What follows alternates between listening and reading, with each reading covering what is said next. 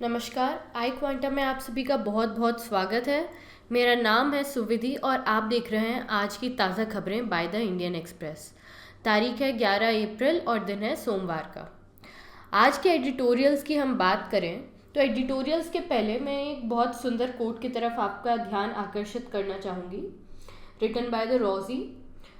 It says, those who treat politics and morality separately will not understand either.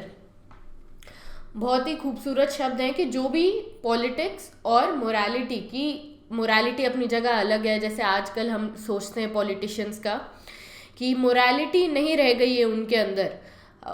जैसे कि मानो morality अपने घर के लिए रखते हैं और पॉलिटिक्स बाहर के लिए। जब तक आप पॉलिटिक्स और मोरालिटी को एक साथ नहीं देखेंगे, मतलब कि दुनिया भी हमारी है, देश भी हमारा है, हम उसके अंदर कितने अच्छे से काम कर सके, तब तक आप देश का भला नहीं कर पाएंगे, सिर्फ खुद का भला करेंगे। ये कोट आज के बहुत सारे एडिटोरियल्स के भी साथ लिंक होता है। सबसे पहले हम इसके अंदर देखते हैं change next door. Pakistan's new prime minister has his task cut out. He must also face Imran Khan in trying condition. आज के न्यूज़पेपर का हम अगर पहला पन्ना देखें तो उसके अंदर पहली न्यूज़ दी गई है कि जो पाकिस्तान है उसमें नए प्राइम मिनिस्टर शहबाज शरीफ जी बनने वाले हैं और नेक्स्ट जो इलेक्शन होंगे पाकिस्तान में जुलाई या अगस्त में, उसके पहले तक ये पाकिस्तान के प्राइम मिनिस्टर रहेंगे। क्यों? क्योंकि पाकिस्तान के जो अभी प्राइम मिनिस्टर थे जिनका नाम था इमरान खान जी नो कॉन्फिडेंस मोशन जो फ्लोर टेस्ट था उसे पास नहीं कर पाए और वो आउस्ट हो गए हैं असेंबली से। और ये जो शहबाज जी हैं ये नए प्राइम मिनिस्टर बनेंगे। अब इनके आसपास इनके सामने बहुत सारे चैलेंजेस हैं। चैलेंजेस बहुत सारे क्यों हैं? ये तो अपने आप प्राइम मिनिस्टर बन गए बिना इलेक्शन लड़े।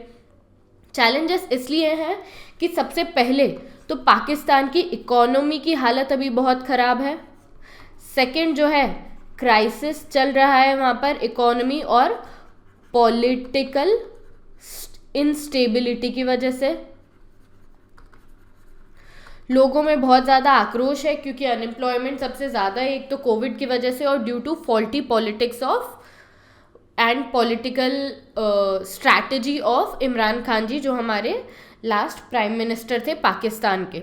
अब इन्होंने कहा है कि जितनी भी कोशिश थी पाकिस्तान के प्राइम मिनिस्टर ने बहुत अच्छे से करी कि वो बने रहें पॉलिटिक्स के अंदर, बने रहें असेंबली के अंदर, लेकिन वो असेंबली में नहीं बन पाए जिसकी वजह से नए प्राइम मिनिस्टर आए हैं। अब उनका तो ये कहना था कि जो आउटसाइड इन्फ्लुएंस यूनाइटेड स्टेट्स का इनडायरेक्टली वो कहना चाह रहे थे कि है उन्हें हटाने में, लेकिन हम इसे ऐसे भी देख सकते हैं कि उनके खुद के देश में जो उनका मिलिट्री ऑर्गेनाइजेशन है रावलपिंडी की वजह से भी उनका आउट हो सकता है। अब बोलने के लिए तो यही कहेंगे कि बाहर से आउटसाइड इन्फ्लुएंस है, क्योंकि उनकी पॉलिटिक्स ऐसे ही वर्क करती थी कि वो यूएस के अपोज में थे और खुद को एक अच्छा डेमोक्रेटिक लेकिन इस्लामिक नेशन बनाना चाहते थे रादर देन सेक्युलर। अब क्या क्या नए चैलेंजेस हो सकते हैं नए प्राइम मिनिस्टर को? सबसे पहला तो ये चैलेंज होगा कि जो नेक्स्ट इलेक्शन आने वाले हैं वो बहुत आसान नहीं होंगे इनके लिए, क्योंकि जो इमरान खान जी हैं वो ऐसा नहीं है कि पॉलिटिक्स से ही बाहर चले गए हैं, वो फुल फ्लेजेड अभी पॉलिटिक्स के अंदर हैं। उनका बहुत ज़्यादा सपोर्ट बैंक है, बहुत ज़्यादा सपोर्ट बैंक होने की वजह से वो नेक्स्ट इलेक्शन के अंदर ज़ोर शोर से वापस आएंगे। हमें ये चीज़ नहीं भूलनी चाहिए कि जो लास्ट इलेक्शंस थे उनमें जो प्राइम मिनिस्टर थे इमरान खान जी, उन्होंने अपने दम पर एक ओवरवेलमिंग मेजॉरिटी लेकर आई थी। ये बात अलग है कि लोग कहते हैं कि वो खुद प्राइम मिनिस्टर नहीं बन पाए थे, एक मिलिट्री बैकिंग थी और उन्होंने अपनी बैकिंग ख़त्म करके जो मिलिट्री ऑर्गेनाइजेशन है जिनके हेड है कमर जावेद बाजवा जी, उनके साथ टसल करके अपनी खुद की बैकिंग ख़त्म कर ली। इसकी वजह से उन्हें आउट होना पड़ा असेंबली से। अगर आपको याद हो तो कुछ समय पहले ये न्यूज़ आई थी कि आईएसआई चीफ जो नए हैं वो रावलपिंडी या जो मिलिट्री ऑर्गेनाइजेशन के हेड हैं ये कमर जावेद बाजवा जी, ये किसी और को बनाना चाहते थे, जबकि इमरान खान जी ने किसी और को बना दिया। तब से ये टसल चलने लगी। दूसरा इसका एक रीज़न था कि जो मिलिट्री ऑर्गेनाइजेशन था वो बहुत ज़्यादा प्रो यूएस है, जबकि इमरान खान जी एंटी यूएस है, जिसकी वजह से एक और टसल हो गई। लेकिन अभी भी इमरान खान जी का काफ़ी ज़्यादा वोट बैंक है, सपोर्ट बैंक है। इस वजह से नेक्स्ट इलेक्शन में जो मोस्ट प्रोबेबली, अभी तो उनके 16 मंथ के पहले ही वो, मतलब 16 मंथ के बाद उनकी जो ये वाली 5 ईयर टेन्योर था वो ख़त्म होने वाला था, लेकिन अभी पहले ही हो गया है। जैसा कि देखा गया है कि कोई भी पाकिस्तान में जो भी directly democratically elected prime minister है आज तक अपना पूरा नहीं कर पाया है 5 ईयर का टेन्योर, और इस बार भी ऐसा ही हुआ। ये बात ज़रूर अलग है कि हर बार वो मिलिट्री कू की वजह से हट जाते हैं, लेकिन इस बार वो नो कॉन्फिडेंस मोशन की वजह से हटे हैं। मतलब वही रिश्ता वही सोच नहीं, इस बार भी मिलिट्री बैकिंग की ना होने की वजह से, मिलिट्री कू की वजह से या मिलिट्री सपोर्ट ना होने की वजह से ही वो बाहर गए हैं, लेकिन कू की जगह इस बार नो कॉन्फिडेंस मोशन की वजह से बाहर गए हैं। ठीक है, आने वाले वक्त में पता चलेगा कि किस प्रकार से ये इंडिया के लिए फ़ायदेमंद या नुकसान साबित हो सकते हैं जो नए प्राइम मिनिस्टर होंगे। लेकिन इस वक्त तो यही है कि अगर देखा जाए जिस प्रकार से इमरान खान जी इंडिया से टाइज नहीं रखना चाहते थे, उन्होंने ट्रेड रिलेशंस भी बंद कर दिए थे, जबकि जो मिलिट्री ऑर्गेनाइजेशन इस बार है, जो बाजवा जी है, वो चाहते थे कि इंडिया से भी फ्रेंडली रिलेशंस हो। इस बार ऑपोजिट था, हमेशा प्राइम मिनिस्टर चाहते थे इंडिया से अच्छे रिलेशन रखना, जबकि मिलिट्री ऑर्गेनाइजेशन नहीं चाहता था, which was exactly the opposite this time. Now let's see what happens and if it is in the favor of India or not. Next article is bond identity. इस article में electoral bonds की बात की गई है। Now what are electoral bonds? देखिए, अभी कुछ समय पहले जो 2017 है उसके पहले तक क्या होता था, जब भी कोई इलेक्शन आते थे हमारे देश के अंदर, या जो सेंट्रल इलेक्शन होते थे जो हर 5 साल में होते हैं, उसके अंदर पैसे जब भी लगाती थी पॉलिटिकल पार्टीज़ के लिए कोई भी कंपनी या कोई भी इंडिविजुअल, वो उन्हें डायरेक्टली कैश ट्रांसफ़र करते थे। लेकिन 2017 के बाद जो तब के फाइनेंस मिनिस्टर थे अरुण जेटली जी, उन्होंने कहा कि वो रिफॉर्म करना चाहते हैं इलेक्टोरल फंडिंग के अंदर, इसीलिए उन्होंने एक इलेक्टोरल बॉन्ड की स्कीम को प्रपोज किया। इसके लिए उन्होंने क्या कहा कि इन बॉन्ड्स के अंदर 2,000 रुपये से ऊपर जो भी डोनेट करना चाहेगा किसी भी पार्टी को, उन्हें इलेक्टोरल बॉन्ड्स खरीदने पड़ेंगे। तो इलेक्टोरल बॉन्ड्स खरीदने के लिए उन्हें SBI, that is state bank of India के पास जाना पड़ेगा, और स्टेट बैंक ऑफ इंडिया में भी वो चेक या फिर डिमांड ड्राफ्ट से ही ये इलेक्टोरल बॉन्ड्स खरीद सकते हैं। तो ब्लैक मनी जो है वो उस पर कट डाउन कर देंगे। क्या होता था इसके पहले, कैश में होता था, अगर 20,000 से कम अगर कैश आप दे रहे हो तो उस पर कोई स्क्रूटिनी नहीं होती थी। तो बीजेपी कहती है कि हमेशा ही हमें जो मैक्सिमम फंड मिला है वो 20,000 से कम के रूप में मिला है, लेकिन कोई स्क्रूटिनी नहीं हो सकती। तो अब हमने इलेक्टोरल बॉन्ड्स में 2,000 से कम पर स्क्रूटिनी नहीं, लेकिन 2,000 से ऊपर इलेक्टोरल बॉन्ड्स खरीदने पड़ेंगे, और वो चेक या डिमांड ड्राफ्ट के थ्रू होंगे, जिसकी वजह से ब्लैक मनी पर कर्ब होगा। लेकिन इसमें जो आइडेंटिटी होती थी द गिवर की, मतलब जो डोनर था या डोनेट करता था पॉलिटिकल पार्टी को, उसकी आइडेंटिटी पता नहीं चलती थी। लेकिन ये किस प्रकार से फ़ायदेमंद हो गया जो गवर्नमेंट है उसके लिए, क्योंकि देखो अब SBI जो है ये तो गवर्नमेंट ओन्ड बैंक है, ये गवर्नमेंट बैंक है। तो जो गवर्नमेंट है उस समय जो पार्टी है जो रूल कर रही है वो तो पता कर सकती है ना SBI से कि किसने उन्हें पैसे दिए हैं, और वो साथ में ये भी पता कर सकती है, ज़्यादा काम की बात ये है कि किसने उन्हें पैसे नहीं दिए और दूसरी कंपनी को पैसे दिए और दूसरी पार्टी को पैसे दिए हैं। तो वो दोनों के फेवर और अगेंस्ट में भी देख सकती थी। इस प्रकार से जो पार्टी रूलिंग थी उन्हें बहुत ज़्यादा फ़ायदा हो रहा था, और दूसरी पार्टीज़ को बहुत ज़्यादा नुकसान हो रहा था। इसलिए इंडिया के जो एपेक्स कोर्ट है, जो सुप्रीम कोर्ट है, उनके अंदर एक पिटीशन डाली गई है कि देखा जाए कि किस प्रकार से इलेक्टोरल बॉन्ड्स के अंदर चेंजेस लाने की बहुत ज़्यादा ज़रूरत है, कि वो जो रूलिंग पार्टी के है उसके फेवर में ना काम करे, वो एक न्यूट्रल की तरह स्टैंड करे। क्योंकि ब्लैक मनी पर तो कोई कर्व हुआ नहीं अभी भी जो जा रहा है डिमांड ड्राफ्ट चेक, वो सीधे के सीधे जा रहे हैं एक पर्टिकुलर पार्टी की तरफ, और जो पता है जो रूलिंग पार्टी है उन्हें कि ये हमारी तरफ आ रहा है, ये इस व्यक्ति ने दिया है, तो वो उनके साथ भी काम कर सकते हैं। जो 2 प्रोमिनेंट नॉन गवर्नमेंटल ऑर्गेनाइजेशंस हैं इंडिया में, कॉमन कॉज और एसोसिएशन फॉर डेमोक्रेटिक रिफॉर्म्स, उन्होंने इसे लीगली चैलेंज किया है। अच्छा, ये स्कीम कब चालू हुई थी, थोड़ा इस बारे में बात कर लेते हैं। ये स्कीम चालू हुई थी 2018 में। 2017 में फाइनेंस मिनिस्टर जी ने इनकी घोषणा करी थी, लेकिन 2018 में ये स्कीम आई थी इन द पब्लिक डोमेन की, ये स्कीम चालू हुई थी। अब जैसे माना जाए, अगर फैक्ट देखा जाए तो इलेक्टोरल बॉन्ड्स आने के बाद more than 75% of the donation जो है वो सिर्फ बीजेपी के पास गया है। इसका मतलब क्या हुआ, पहले तो भले ही दूसरों के पास भी डोनेशन आता था, कैश में आता था, तो लेकिन पता नहीं चलता था कि किसने दिया है डोनेशन। अब पता नहीं चल रहा है, लेकिन रूलिंग पार्टी को पता है कि किसने डोनेशन दिया है, कितना डोनेशन दिया है, किस पार्टी को डोनेशन दिया है। तो ये एक थ्रेट की तरह काम करता है फॉर द पीपल जो भी डोनेट कर रहे हैं, कि भाई रूलिंग पार्टी को पता चल जाएगा कि हमने इसको डोनेट किया है, हमने उसको डोनेट किया है, तो वो हमें हार्म कर सकती है। Next is failing the test. इसके अंदर जो राइटर हैं अजय दर्शन बेहरा जी, अजय दर्शन जी जो है ये प्रोफेसर भी हैं जामिया मिलिया इस्लामिया के। ये काफ़ी अच्छी तरह से इसको अंडरस्टैंड करते हैं कि किस प्रकार से जो प्राइम मिनिस्टर इमरान खान जी आए थे उन्होंने क्या बेहतर सोचा था पाकिस्तान के लिए और क्या अब चेंजेस आएंगे। This is more like an article जो फेवर में है पाकिस्तानी प्राइम मिनिस्टर जो थे, एक्स पाकिस्तानी प्राइम मिनिस्टर के, उनके। तो हमें क्या है, हमेशा यूपीएससी में लिखने के लिए, किसी भी एग्जाम में किसी से डिस्कशन के लिए भी दोनों प्रकार का नॉलेज होना चाहिए कि प्रो में क्या है, अगेंस्ट में क्या है। ऐसा नहीं कि हम हमेशा बुराई किए जा रहे हैं, कि हमें हमेशा मतलब क्रिटिक बनना है, कि कोई भी चीज़ चल रही है हमको उसको क्रिटिसाइज ही करना है। तो ये एक with relation to Imran Khan एक अच्छा आर्टिकल है जो हमें देखना चाहिए। अब ये कहते हैं कि जिस प्रकार से इमरान खान जी ने एक नया पाकिस्तान का विज़न लेकर आए थे, उस नया पाकिस्तान के विज़न में उन्होंने क्या चीज़ें करी थी, क्यों वो इतनी ओवरवेलमिंग मेजॉरिटी से आए थे। क्योंकि एक तो उन्होंने एंटी करप्शन का कहा, वादा किया, सॉफ्ट इस्लामिज्म, ऐसा नहीं कि उन्होंने बोला कि हम वेस्टर्नाइज कर देंगे कंट्री को। He was absolutely against the westernization of country and he fought and he campaigned on the lines of anti-westernism in the Pakistan।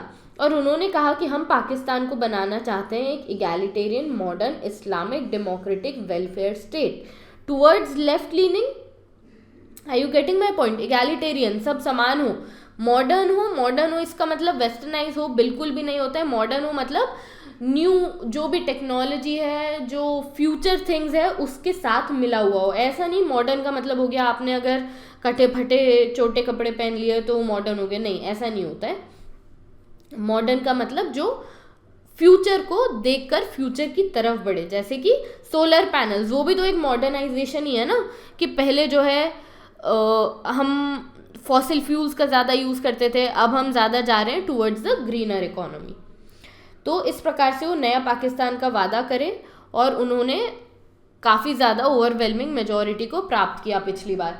लेकिन अब क्योंकि वो नहीं है गवर्नमेंट में, वो आउट हो चुके हैं गवर्नमेंट से, तो ये जो नया पाकिस्तान का वादा है ये भी काफ़ी समय तक तो शैटर हो चुका है। और जब वो आए थे, ठीक है, उन्होंने बहुत अच्छी अच्छी चीज़ें सोची पाकिस्तान के बारे में। हर कोई मोस्टली हर कोई मिनिस्टर या प्राइम मिनिस्टर चाहते हैं कि उनका देश बेहतर आगे हो, लेकिन ऐसा देखा गया कि उनके अंदर एक सुपरफिशियल अंडरस्टैंडिंग थी, बहुत डीपली अंडरस्टैंड नहीं करते थे वो पाकिस्तान के प्रॉब्लम्स को, जिस वजह से इकोनॉमिक चैलेंजेस बहुत ज़्यादा पाकिस्तान को फेस करने पड़े and Pakistan was absolutely on the verge of balance of payment crisis. Now what is a balance of payment crisis? देखो क्या होता है, हर कंट्री जो होती है कुछ चीज़ें खरीदती है, कुछ चीज़ें बेचती है। तो अगर वो कंट्री ज़्यादा चीज़ें खरीद रही है दूसरी कंट्री से और बेच कम पा रही है, तो इसका मतलब ट्रेड डेफिसिट हो गया, उन्हें ज़्यादा पैसे बाहर देने पड़ रहे, उन्हें ज़्यादा डॉलर खर्च करने पड़ रहे, उतने डॉलर उनके पास आ नहीं रहे। अच्छा, मैं डॉलर क्यों बोल रही हूँ, पाकिस्तानी रुपया की बात क्यों नहीं कर रही हूँ? पाकिस्तानी रुपये की इसलिए बात नहीं कर रही हूँ क्योंकि वो इंटरनेशनल करेंसी नहीं है। जो भी ट्रेड होता है मोस्टली वो डॉलर में होता है। तो अब उनके देश में तो कम डॉलर हो गए, इसकी वजह से उसके फॉरेन एक्सचेंज रिजर्व्स बहुत कम हो गए। डॉलर क्या है, एक प्रकार का फॉरेन एक्सचेंज रिजर्व ही है, और उन्हें balance of payment crisis face करना पड़ा और उनका current account deficit, foreign currency, ये सारी चीज़ें सब कुछ गड़बड़ा गई इस वजह से। और बहुत जो डेट था उनके ऊपर बढ़ गया। Almost $91 billion was the debt Pakistan was facing at that time, और which is approximately 30 या 31% of their GDP। अगर जीडीपी का 31% आपका सिर्फ डेट ही है, मतलब सोचो कि कितना ज़्यादा उस पर इंटरेस्ट लग रहा होगा, कितना ज़्यादा डेट बढ़ जाएगा हर मंथ। फिर उसके बाद और ज़्यादा उन्होंने कैसे गेन करने की कोशिश की, पॉपुलिज्म, बहुत सारे पॉपुलर प्रोमिसेस करें, हम इतनी जॉब दे देंगे, हम इतने घर बना देंगे, ये कर देंगे, वो कर देंगे, लेकिन पैसा कहाँ है आपके पास? पैसा तो है ही नहीं। उसके बाद हेल्थ अच्छा कर देंगे, एजुकेशन अच्छी कर देंगे, इंफ्रास्ट्रक्चर अच्छा कर देंगे, लेकिन पैसा कहाँ आएगा? बैलेंस ऑफ पेमेंट क्राइसिस तो ऑलरेडी चल रहा है। तो ये जो ग्रॉस इकोनॉमिक मिसमैनेजमेंट था, जो प्राइम मिनिस्टर इमरान खान द्वारा पूरे देश के ऊपर मंडरा रहा था, और जो बहुत सारी हार्डशिप्स दे गया लोगों को, उसकी वजह से जो बहुत ब्रॉड बेस था, जो लोग उन्हें पसंद करते थे, जिसकी वजह से ओवरवेलमिंग मेजॉरिटी मिली थी, वो कंपैरेटिवली थोड़ा कम हुआ। लेकिन ऐसा नहीं है कि अभी भी उनके पास बेस नहीं है, अभी भी काफ़ी ज़्यादा पॉपुलर हैं वो पाकिस्तान में। फिर क्या हुआ, इमरान खान की रिलेशनशिप जो थी मिलिट्री और ऑपोजिशन से, वो सबसे बड़ा कारण था कि उन्हें अपने देश में ही नो कॉन्फिडेंस मोशन का, अपनी सरकार में नो कॉन्फिडेंस मोशन का सामना करना पड़ा। क्यों? क्योंकि अब आते से उन्होंने मिलिट्री से पंगा ले लिया, बोल दिया कि आईएसआई का चीफ तो मैं खुद बनाऊंगा, जबकि हमेशा मिलिट्री इसको देखती है। अब देखो, जो अभी मिलिट्री चीफ है, जो कमर जावेद बाजवा जी है, ऐसा नहीं कि वो जीवन भर रहने वाले, उनका भी नवंबर में ही जाना ही था, लेकिन वो देख रहे थे कि देश पर किस प्रकार से खतरा मंडरा रहा है। जो प्राइम मिनिस्टर जी हैं वो एंटी यूएस हो गए हैं, इनको अपना नया ग्रुप बनाना है, जिसकी वजह से सऊदी अरेबिया से भी दूर हो गए हैं। उसके बाद उन्होंने इंडिया से भी ट्रेड नहीं करना है। उसके बाद उन्होंने दुनिया भर का डेट ले लेना है चाइना से। उसके बाद उन्होंने जो मिलिट्री है उससे भी पंगे मोल ले लेना है, आईएसआई का भी चीफ खुद बना लेना है। ऐसा लग रहा था कि प्राइम मिनिस्टर जो है वो सारी चीज़ें खुद करना चाह रहे हैं, और मिलिट्री को ऐसा लगने लगा था कि अब उन्हीं के एग्जिस्टेंस पे थ्रेट है, कि भाई उनका तो कोई काम ही नहीं बच गया। तो इसलिए उन्होंने, और यूएस से भी उन्हें पंगा ले लेना है, इसलिए उन्होंने प्राइम मिनिस्टर को आउस्ट किया। लेकिन इस बार एक बहुत ही अच्छे तरीके से, मतलब ऐसा नहीं था कि मिलिट्री कू करके, क्योंकि अगर वो मिलिट्री कू करते, अगर जो जावेद बाजवा जी है वो कू करते, तो लोग उनके अगेंस्ट हो जाते कि देखो कोई प्राइम मिनिस्टर अच्छे से काम करना चाह रहा है तो मिलिट्री ने ओवरटेक कर लिया। तो किया तो उन्होंने ही, लेकिन नाम किस चीज़ का हो गया कि उनके पास नो कॉन्फिडेंस मोशन था, लोग ही उनके अगेंस्ट थे, उनके खुद के जो एमएलएज थे वो ही उनके अगेंस्ट थे। अब किस प्रकार से जो नए प्राइम मिनिस्टर हैं, जो शहबाज जी है, वो बेहतर कर सकते हैं चीज़ों को? देखो, पॉलिटिकल इंस्टेबिलिटी है, इकोनॉमिक चैलेंजेस हैं, मिलिट्री पॉलिटिकल क्लास को गवर्न नहीं करने देती, ये तीनों चीज़ें तो बिल्कुल है पाकिस्तान में। लेकिन अगर चाहे नए प्राइम मिनिस्टर जी, तो वो इंडिया के साथ रिलेशंस बेटर करके, विदेश में मतलब यूएस के साथ और उसके बाद सऊदी अरेबिया के साथ रिलेशंस बेटर करके, चाइना, रशिया, सबके साथ रिलेशंस बेटर करके, ट्रेड बेटर करके अपने देश के लिए बेहतरी में कदम उठा सकते हैं। और स्पेशली उन्हें मिलिट्री के साथ भी रिलेशंस बेटर करके रखने की ज़रूरत होगी, वरना पता चला कि 2 महीने के बाद वो भी यहाँ से निकल गए। तो ऐसा है कि जो प्राइम मिनिस्टर रहेंगे नए वाले, उन्हें काफ़ी ज़्यादा चीज़ों को हैंडल और टैकल करके चलना पड़ेगा कि किस प्रकार से वो किसी को भी नाखुश ना करे, साथ ही साथ अपने देश की भी बेहतरी में काम करे। ऐसा नहीं कि आपको कुछ बेहतर करना है तो आपको पहले सबसे पंगा लेना पड़ेगा, आपको रिबेलियस बनना पड़ेगा कि नहीं तुम भी गलत हो, तुम भी गलत हो, तुम भी गलत हो, सिर्फ मैं सही हूँ। ऐसा करने की ज़रूरत नहीं है। आप सबसे अच्छे रिलेशंस रखो, डिप्लोमेटिकली न्यूट्रल रहो, न्यूट्रल स्टैंस रखो और अपना काम करते रहो, just the way India is doing as of now, right. चलो, नेक्स्ट आर्टिकल है there right to work, exempting the central services from reservation for disabled is legally untenable। अच्छा, इसके अंदर जो राइटर हैं, देखो बहुत ज़्यादा बड़ा आर्टिकल है, लेकिन बहुत ऐसा नहीं है कि इसके अंदर काफ़ी सारी स्कीम्स दे रखी हों या कुछ काम का या डेटा दे रखा हो, तो मैं ज़रा जल्दी में इसको ख़त्म करूँगी। अब इसके अंदर जो राइटर है वो कहना चाहते हैं कि जो पर्सन विथ डिसेबिलिटीज़ हैं, इनको हमें ऐसे नहीं आउटकास्ट कर दिया कि ठीक है अब ये इन सर्विसेज में नहीं आ सकती, ये इन सर्विसेज में नहीं, स्पेशली डिफेंस सर्विसेज में नहीं आ सकते।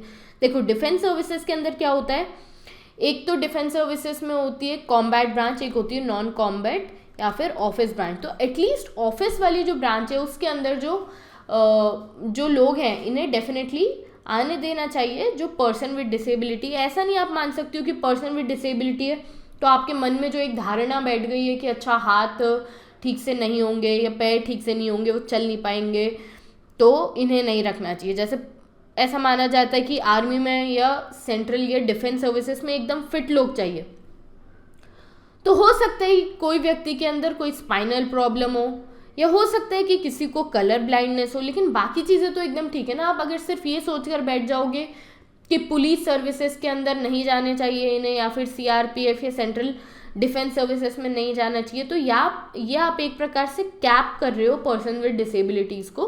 ठीक है, डिसेबिलिटी है, अगर वो सर्विसेज को हैम्पर कर रही है तो नहीं जाना चाहिए, बिल्कुल सही बात है। लेकिन अगर आप सारे लोगों को डिसेबल्ड को ऐसा समझ लोगे कि वो कुछ नहीं कर सकते हैं, वो हाथ पैर नहीं चला सकते हैं या फिर वो चल नहीं सकते हैं, तो this is very wrong. And इस प्रकार से सोच रखकर हम देश को आगे नहीं बढ़ा सकते हैं, क्योंकि एक सोसाइटी तभी आगे बढ़ेगी जब उसका हर एक व्यक्ति हर एक सोसाइटी से, हर एक स्फेयर से आगे एक साथ जाएगा। ऐसा नहीं कि दो लोग आगे गए बाकी सारे उनको फॉलो कर रहे हैं।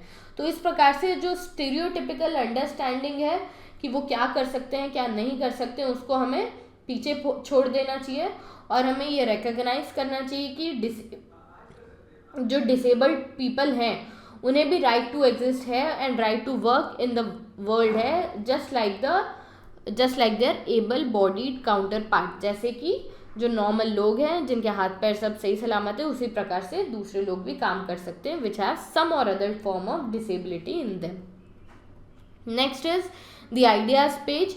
द आइडियाज पेज में सबसे पहला आर्टिकल है blueprint for a prosperous Punjab. अच्छा, अब इसके अंदर जो राइटर है वो क्या कहना चाह रहे हैं कि जिस प्रकार से पंजाब ने एक बहुत अच्छा कॉम्प्लीमेंट्री काम किया है, कमेंडेबल काम किया है by giving a clear majority of आम आदमी पार्टी। देखो क्या होता है, जब भी कोलिशन गवर्नमेंट होती है ना तो बहुत दिक्कतें आती है, सबकी बातें माननी पड़ती है, कुछ है कुछ नहीं है, इसकी सुनो उसकी सुनो, तो इफेक्टिव जो काम किया जा सकता है स्टेट के लिए वो काफ़ी ज़्यादा कम हो जाता है। तो अब क्योंकि एक ओवरवेलमिंग और मेजॉरिटी आम आदमी पार्टी की, जैसे कि अभी सेंटर में भी एक मेजॉरिटी है, मेजॉरिटी गवर्नमेंट है बीजेपी की, तो वो काफ़ी ज़्यादा टफ डिसीजंस भी ले पा रहे हैं। उन्हें सबकी सुनने की इतनी ज़्यादा ज़रूरत नहीं है। ऑफकोर्स सुनना ज़रूरी है, लेकिन ऐसा नहीं है कि बिना मतलब की जो अपनी पार्टी की जो लाइंस हैं उससे ही आप अलग हो गए हो। तो इस प्रकार से आम आदमी पार्टी की मेजॉरिटी है तो वो काफ़ी ज़्यादा काम कर सकते हैं towards the betterment of Punjab. अब उसके लिए हमें जानने की ज़रूरत है कि सबसे ज़्यादा पंजाब के अंदर अभी दिक्कत क्या चल रही है। तो पहले दिक्कत चल रही है पंजाब के अंदर कि ड्रग माफियाज है, दूसरी है करप्शन, तीसरी है एग्रीकल्चर का कम, मतलब पहले जितना ज़्यादा एग्रीकल्चर बूम कर रहा था जिसकी वजह से इकोनॉमी बहुत ज़्यादा थी पंजाब की, वो अब कम कर रहा है। तो ये तीन चीज़ें देखने की सबसे ज़्यादा ज़रूरत है। भगवंत मान जी जो अभी चीफ मिनिस्टर है पंजाब के, उन्होंने तो इलेक्शन जीता ही इस बेसिस पर है कि वो करप्शन को ख़त्म कर देंगे। जिस प्रकार से आम आदमी पार्टी का भी पूरी जो लाइंस हैं, जो हम जिस चीज़ के लिए आम आदमी पार्टी को जानना चाहते हैं कि मैं करूँगा करप्शन ख़त्म, जो इतने समय तक अन्ना हज़ारे जी का एक बड़ा सा जंतर मंतर पर धरना भी चला था और उसके अंदर जो मेन यही था कि करप्शन को गवर्नमेंट से और गवर्नेंस से ख़त्म करना है, वैसे ही आम आदमी पार्टी का भी है कि करप्शन को ख़त्म करना है और भगवंत मान जी ने भी इसी लाइंस पर अपना इलेक्शन जीता है। दूसरी चीज़ होती है कि एग्रीकल्चर को किस प्रकार से बूस्ट किया जाए। तो उसमें पहले ज़रूरी है ये जानना कि एग्रीकल्चर क्यों स्लो डाउन पर है, उसका पेस क्यों नीचे जा रहा है। सबसे पहली चीज़ है कि it's fast depleting ground water resources. कहा जाता है कि पंजाब में 2 डेकेड्स में 9.2 मीटर से ग्राउंड वाटर नीचे फॉल कर गया। अब ग्राउंड वाटर क्या होता है, जैसे ये हमारी सॉइल की अपर लेयर सरफेस है, ठीक है। फिर यहाँ पर नीचे क्या होते हैं, बहुत सारे बड़े बड़े एक्वीफर्स होते हैं जिनके अंदर पानी होता है। तो जो एक लेवल होता है ना सबसे ऊपर का, इसे बोलते हैं ग्राउंड वाटर लेवल। अब ये ग्राउंड वाटर लेवल पहले से 9.2 मीटर नीचे जा चुका है, मतलब कि पानी और इतना नीचे जा चुका है। जैसे क्या होगा, अपनी अर्थ है, ये क्रस्ट बोलते हैं इसको, मैंटल बोलते हैं इसको, बोलते हैं कोर। तो इस सरफेस से इतना नीचे था, अब और इतना नीचे जा चुका है, ऐसे माना जा सकता है। मैंने एग्जाम्पल दे रही हूँ, ऐसा नहीं कि मेंटल तक आ गया है, बहुत बड़ी होती है क्रस्ट, ठीक है। तो इस प्रकार से जो ग्राउंड वाटर है नीचे जा रहा है। दूसरी चीज़ क्या है, फर्टिलाइजर्स। जो सॉइल है बहुत ज़्यादा कंटैमिनेट हो चुका है, उसके अंदर बहुत ज़्यादा नाइट्रोजन की मात्रा दिखने लगी है, फ्लोराइड की मात्रा दिखने लगी है। क्यों? क्योंकि फर्टिलाइज़र का ओवर यूज़ हो गया है। ऐसा नहीं कि बहुत पैसा है इसलिए ओवर यूज़। अब देखो सब्सिडी इतनी है फर्टिलाइज़र पे, फर्टिलाइज़र से उर्वरक क्षमता जो है वो बढ़ती है, मतलब ग्रोथ जो आउटपुट है काफ़ी ज़्यादा मिलता है, तो भर भर के फर्टिलाइज़र डाले जा रहे हैं। ये नहीं देखा जा रहा है कि फर्टिलाइज़र से क्या खराबी हो रही है, क्योंकि बस यही है कि सबको अपना थोड़ा सा क्या बढ़ाना होता है, इनकम बढ़ानी होती है, तो जिस प्रकार से हम दे पाए मैक्सिमम आउटपुट। अच्छा, तीसरी चीज़ जो है वो क्या है कि बहुत ज़्यादा मिल रही है सब्सिडाइज्ड यूरिया वगैरह, जिसकी वजह से बहुत एक्स्ट्रा यूरिया डल रहा है। चौथा है फ्री बिजली मिल रही है। फ्री बिजली मिलने की वजह से क्या हो रहा है कि पूरे दिन भर खेत के अंदर जो है मोटर चल रही है, पानी बह रहा है और ग्राउंड वाटर भी डिप्लीट हो रहा है। पांचवी चीज़ एमएसपी। एमएसपी के अंतर्गत जो है पैडी और वीट को गवर्नमेंट ऑफ पंजाब खरीद रही है। तो जितनी भी पंजाब है, पहले क्या होता था कि पंजाब में दूसरी भी चीज़ें उग रही है, जैसे पंजाब का तो मेन ही डायलॉग ही हो रहा है कि सरसों का साग और मक्के दी रोटी। लेकिन मक्का और सरसों जो वाटर इंटेंसिव क्रॉप्स नहीं है, जो कोर्स क्रॉप्स है, जो कम पानी में भी उग जाती है, उसकी जगह सिर्फ वीट और पैडी ने पूरी जगह ले ली है। वीट और पैडी सबसे ज़्यादा उगाए जा रहे हैं क्योंकि वो एमएसपी पर खरीदे जाते हैं बहुत बड़े प्राइसेस में, बहुत ज़्यादा अच्छे प्राइसेस में। तो इस प्रकार से ये सारी एग्रीकल्चर के अंदर प्रॉब्लम है, और इन सारी प्रॉब्लम को एड्रेस करने के लिए हम क्या कर सकते हैं उसका मैं बात करती हूँ। अब उसका जो है राइटर बात करते हैं। तो राइटर कहते हैं कि सबसे पहली चीज़ तो ये है कि गवर्नमेंट को इंसेंटिवाइज करना चाहिए कि आप दूसरी क्रॉप्स को भी उगाइए। अगर आप दूसरी क्रॉप्स को उगाते हैं तो उसके ऊपर भी एमएसपी काफ़ी अच्छा मिलेगा। और जैसे मानो कि ऑलमोस्ट 3.1 मिलियन हेक्टेयर के अंदर खेती हो रही है चावल की, पैडी की, तो उसको कट डाउन करना चाहिए एटलीस्ट हाफ से। मतलब ऐसा नहीं कि आधे खेत को खुला छोड़ दो, आधे जो खेत हैं कम से कम उन पर आपको दूसरी चीज़ें उगाना चाहिए, जैसे कि डेयरी फार्मिंग भी कर सकते हो, क्योंकि डेयरी में भी काफ़ी अच्छा प्रोडक्टिविटी और काफ़ी ज़्यादा अच्छा प्राइस भी मिलता है। दूसरी चीज़ है कि आप कोर्स क्रॉप्स लगा सकते हो, आप सरसों लगाओ, मक्का लगाओ, और ये वाली चीज़ें लगाकर भी आप काफ़ी ज़्यादा पैसे कमा सकते हो, क्योंकि ये भी वाटर इंटेंसिव भी नहीं है, फर्टिलाइज़र भी कम लगते हैं और इसकी भी उर्वरक क्षमता अच्छी है। लेकिन क्योंकि ये इतने ज़्यादा प्राइस में नहीं बिकती है, तो जो किसान है वो प्रेफर करते हैं वीट और मेज़ लगाना। तीसरी चीज़ जो की जा सकती है हॉर्टिकल्चर। हॉर्टिकल्चर मतलब सब्जियां उगाना। सब्जियां उगाई जा सकती हैं उन क्रॉप्स में, उन खेतों में, और फिर उन सब्जियों को कोल्ड स्टोरेज में रखा जा सकता है, उसको एयर लिफ्ट किया जा सकता है directly to the Gulf countries या फिर पर्शियन कंट्रीज़ या फिर यूरोप तक। मतलब आप सब्जियां उगाओ और डायरेक्टली सब्जियां बेचो। सब्जियों में पैसे भी काफ़ी ज़्यादा रहते हैं, तो पैसे भी आपको काफ़ी ज़्यादा मिलेंगे। लेकिन बस ये है कि उसके लिए सबसे पहली चीज़ है कि इंफ्रास्ट्रक्चर डेवलप करने की ज़रूरत है, कोल्ड स्टोरेज वगैरह। दूसरी चीज़, उसको इंसेंटिवाइज करने की ज़रूरत है। और तीसरी चीज़, जो फार्मर्स हैं उनको अपने मन से ये चीज़ लगनी चाहिए कि हमें इसके अंदर चेंजेस अगर हम कर देंगे, हम अगर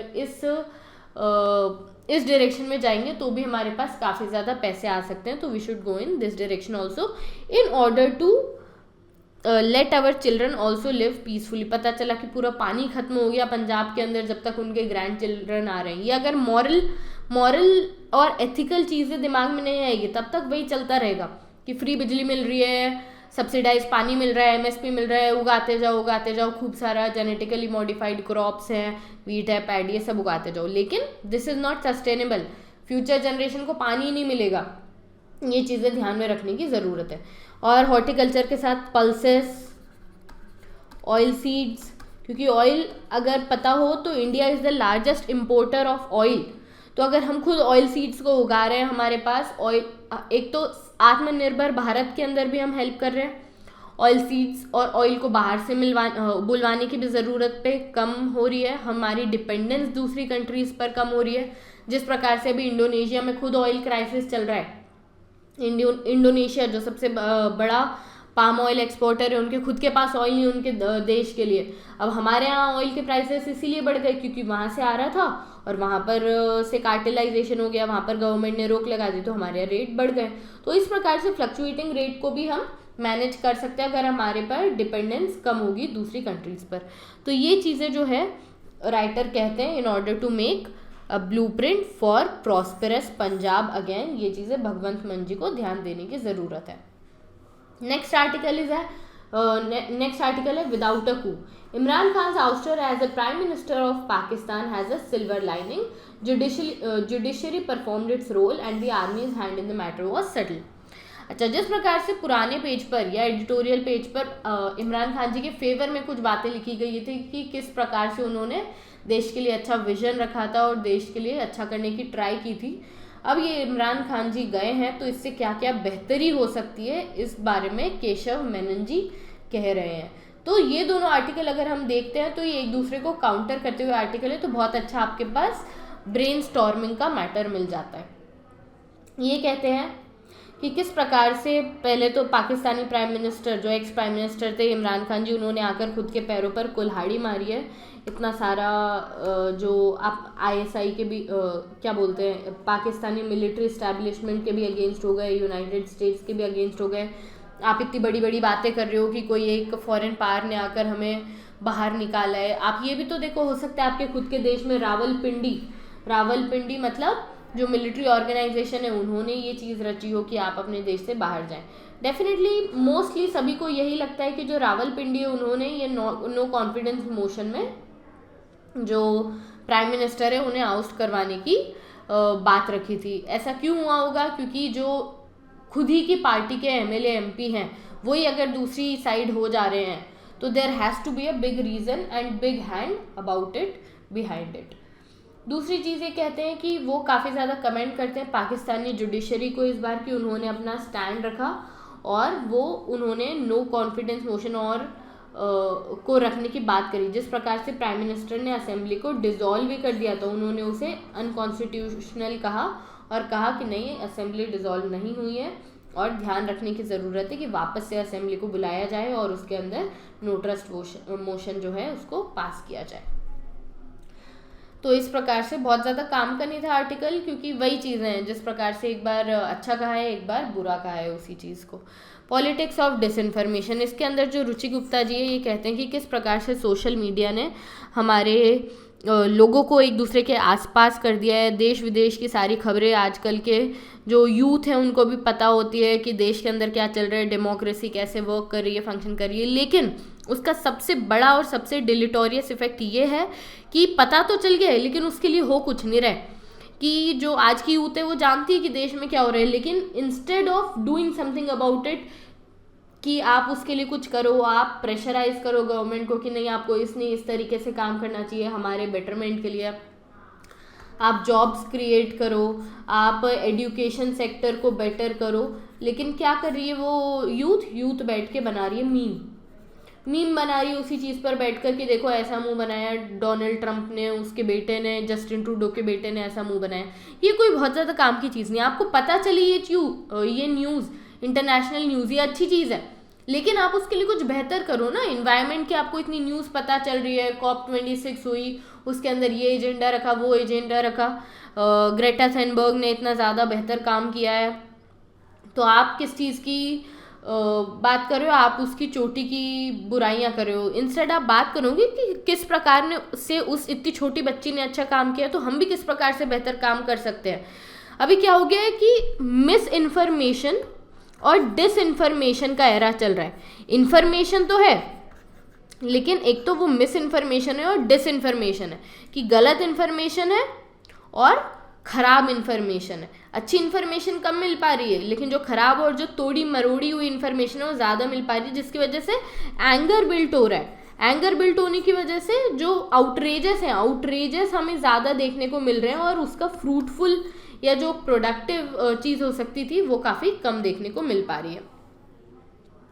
इसके बाद नेक्स्ट चीज़ जो है वो उन्होंने क्या है कि किस प्रकार से सोशल मीडिया की वजह से पॉलिटिक्स का डिसलोकेशन हो गया है और एकदम एब्स्ट्रैक्शंस जो चीज़ें हैं वो तो ऑनलाइन देख रहे हैं लोग, लेकिन उससे और ज़्यादा डिग्रेड होती जा रही है, क्योंकि जो सीरियस एंगेजमेंट है वो मीम के थ्रू गायब होता जा रहा है। कि आप उसके ऊपर सीरियस चीज़ों के ऊपर आप मीम बना रहे हो बैठ के, शशि थरूर जी ऐसे करके बैठे हुए लोकसभा में। आप ये देखो कि उस दिन लोकसभा के अंदर हुआ क्या था, कौन से बिल पास हुआ था, कौन सा क्या हुआ था। तो सबसे बड़ी इसके अंदर दिक्कत है कि आप सोशल मीडिया जो प्लेटफॉर्म्स है, सोशल मीडिया प्लेटफॉर्म्स को ही जो न्यूज़ है उसको थोड़ा सेग्रीगेट करके देना चाहिए। रुचि गुप्ता कहती है ये एक वे फॉरवर्ड है, कि अगर आपको दिखता है कि कोई मिस इन्फॉर्मेशन या डिस इन्फॉर्मेशन है तो आपको उसको आउटराइटली पहले ही डिलीट कर देना चाहिए जैसे ही वो स्प्रेड होने लगती है। तो ये सोशल मीडिया प्लेटफॉर्म जो है कंट्रीब्यूट कर सकते हैं, और इस प्रकार से जो डिस इन्फॉर्मेशन पॉलिटिक्स है इसे रोका जा सकता है और उसको इन्फॉर्मेशन पॉलिटिक्स बनाया जा सकता है जो देश की बेहतरी में काम करे। तो ये थे आज के एडिटोरियल्स। आशा करती हूँ आप सबको इससे कुछ जानने को मिला होगा, और हमारे साथ बने रहने के लिए लाइक शेयर सब्सक्राइब कीजिए। कल मिलते हैं इसी समय पर। नमस्कार, जय हिंद।